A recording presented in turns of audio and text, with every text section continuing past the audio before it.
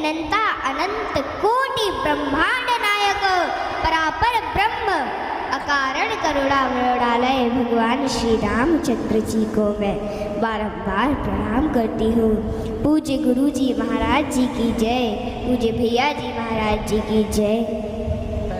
इस धरा पर सत्संग रूपी गंगा नहाने के लिए हम और आप उपस्थित हैं। उपस्थित आप सब धर्मानुरागी श्रोतागण, माताएं, बहनें एवं समस्त संत जन।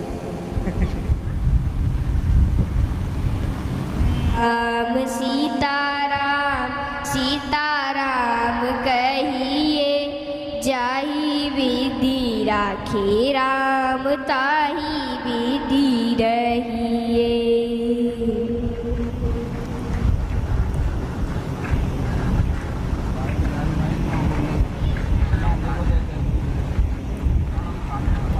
सज्जनों, प्रभु श्री राम की कृपा हमारे ऊपर है, ऐसा विश्वास करके नाम लेते रहो।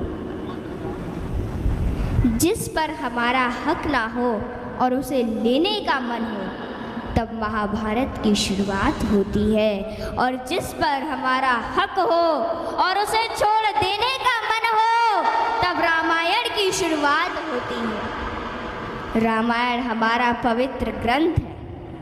रामायण से हम जीने की कला भी सीख सकते हैं, एक मैनेजमेंट भी सीख सकते हैं। सीखोगे नहीं तो जीतोगे कैसे? आइए आज मैं बताती हूँ। रामायण उन्होंने यह निश्चित कर लिया था कि उन्हें अपने बड़े बेटे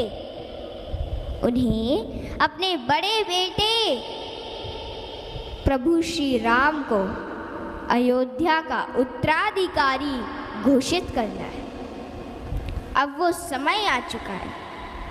सही समय पर सही फैसला उन्होंने लिया। सबसे बड़ी सीख जो सिखाते हैं भरत जी वो यह है कि जिंदगी में परिस्थिति को देखते अपनी क्षमता के अनुसार फ्यूचर को लेकर के डिसीजन लेना। हम में से बहुत से लोग ऐसे होते हैं जिन्हें मालूम होता है कि अब हम उसके लायक नहीं रहे, फिर भी वह मोह हमें बांध कर रखता है। फिर भी वह मोह हमें बांध कर रखता है। जिंदगी में ज़रूरी है परिस्थिति को लेकर के क्षमता के अनुसार, अपनी क्षमता के अनुसार फ्यूचर को लेकर के डिसीजन लेना। लर्निंग नंबर 2, रघुकुल रीत सदा चली आई, प्राण जाए पर वचन न जाई। रामायण की सबसे मुख्य किरदार, सबसे मुख्य पात्र प्रभु श्री राम से क्या सीखे? जब वह राजा बनने जा रहे थे, अचानक से मालूम चला कि उन्हें 14 वर्षों के लिए वनवास में जाना होगा। एक क्षण के लिए जो कुर्सी, जो सत्ता आती हुई दिखाई दे रही थी, वो सब कुछ चला गया। सामने था पिताजी का बड़ा फैसला, जिसमें उन्होंने कहा था कि उन्हें 14 वर्षों के लिए वनवास में जाना होगा। सज्जनों, वो सत्ता का सुख, वो राज दरबार का मोह, सब कुछ त्याग कर प्रभु श्री राम जी वन की ओर चल पड़े। ये रामायण की सबसे प्रमुख घटना है, जिसकी वजह से यह पूरा पुराण हमारे और आपके सामने है। लेकिन यह रामायण की सबसे बड़ी घटना, सबसे बड़ी बात सिखाती है कि कैसी भी खुश रहने के लिए मानसिक स्थिति का मजबूत होना जरूरी है। रावण जब मृत्यु शैया पर था, तब उसने श्री राम जी से एक बहुत ही अच्छी बात कही कि मैं तुमसे हर मामले में बड़ा हूँ, उम्र में, बुद्धि में, बल में मेरा कुटुंब भी तुमसे बड़ा है, धन दौलत में भी मेरा राज्य तुमसे बड़ा है, फिर भी मैं हार गया और तुम जीत गए। जानते हो क्यों? क्योंकि तुम्हारा भाई तुम्हारे साथ था और मेरा भाई मेरे खिलाफ था। इसलिए सज्जनों, सदैव साथ रहिए, क्योंकि जब प्रेम बटा तो लिख गई रामायण, और जब संपत्ति बटी तो लिख गई महाभारत। हाँ, इसलिए अपने अपने घर में, भाई भाई में हमेशा साथ रहिए। भाई भाई का रिश्ता भगवान ने विपत्ति बांटने के लिए बनाया था, लेकिन यह तो संपत्ति बांटने तक ही सिमट कर रह गया। जब बिना भाई के रावण हार सकता है, भाई के साथ प्रभु श्री राम जी जीत सकते हैं, तो हम और आप किस घमंड में हैं? दुनिया में अमीर रोता है, गरीब रोता है, परंतु जो हनुमान जी का जयकारा लगाता है वो चैन की नींद सोता है, वो चैन की नींद सोता है। सज्जनों, हनुमान जी एक ऐसे देवता है जिनको यह वरदान प्राप्त है कि जो हनुमान जी की शरण में आएगा उसका कलयुग कुछ नहीं बिगाड़ पाएगा। जिन भक्तों ने पूर्ण भाव व निष्ठा से हनुमान जी की भक्ति की है, उनके संकटों को हनुमान जी ने दूर किया, उनके कष्टों को हनुमान जी स्वयं हर लेते हैं। हनुमान जी के भक्तों को जीवन में कभी भी परिस्थितियों का सामना नहीं करना पड़ता है। सज्जनों, आज मैं आपको हनुमान जी के कुछ ऐसे प्रसंग बताती हूँ। नंबर 1, रामचरितमानस में हनुमान जी को महावीर कहा गया है। वीर शब्द तो बहुतों के लिए प्रयोग में लाया गया, जैसे भीष्म, भीम, मेघनाद, रावण इत्यादि, परंतु महावीर शब्द मात्र हनुमान जी के लिए प्रयोग में लाया गया है। सज्जनों, रामचरितमानस के अनुसार वीर वो है जो 5 लक्षण से परिपूर्ण: विद्यावीर, धर्मवीर, दानवीर, कर्मवीर और बलवीर।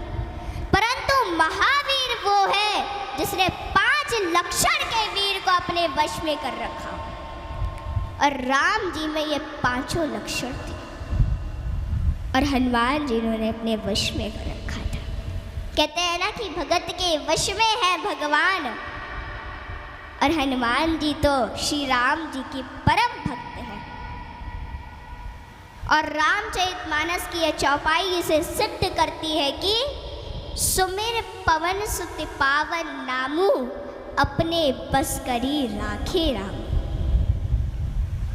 रामचरितमानस में हनुमान जी को महावीर बजरंगी भी कहा गया है। इंद्र के ऐरावत हाथी में 10,000 हाथियों का बल होता है। ऐरावत में कितने 10,000 हाथियों का बल होता है ऐरावत में। दिक्पाल में 10,000 ऐरावत जितना बल होता है, और इंद्र में 10,000 दिक्पाल जितना बल होता है। परंतु हनुमान जी की सबसे छोटी उंगली में 10,000 इंद्र का बल होता है। माताओं बहनों, हनुमान जी में इतना बल उनके आजीवन ब्रह्मचर्य पालन के कारण था।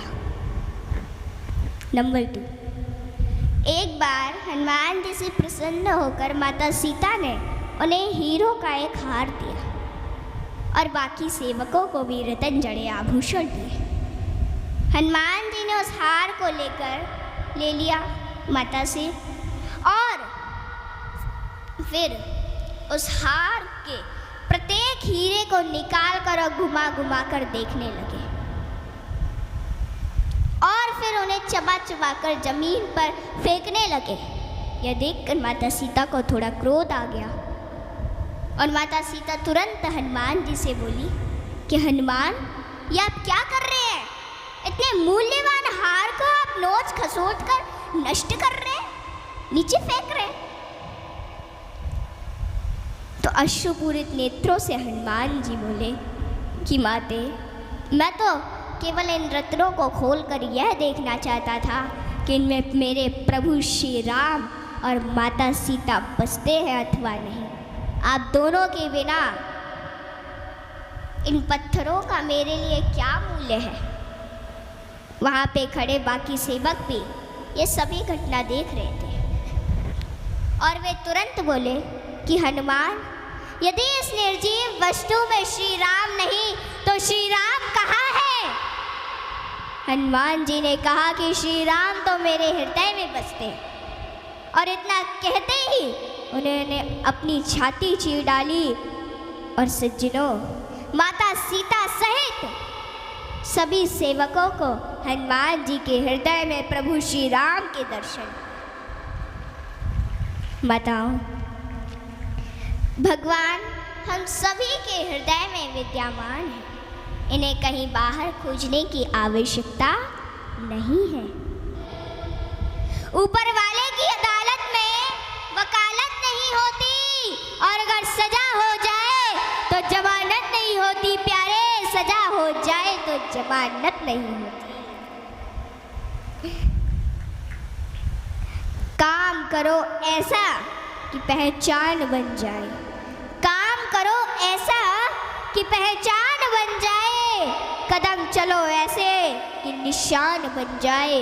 जिंदगी तो हर कोई काट लेता है, जिंदगी तो हर कोई काट लेता है, पर जिंदगी जियो ऐसे कि मिसाल बन जाए, जिंदगी जियो ऐसे कि मिसाल बन जाए। काम करने से पहले सोचना बुद्धिमानी है, काम करते हुए सोचना सतर्कता है, लेकिन काम करने के बाद सोचना मूर्खता है।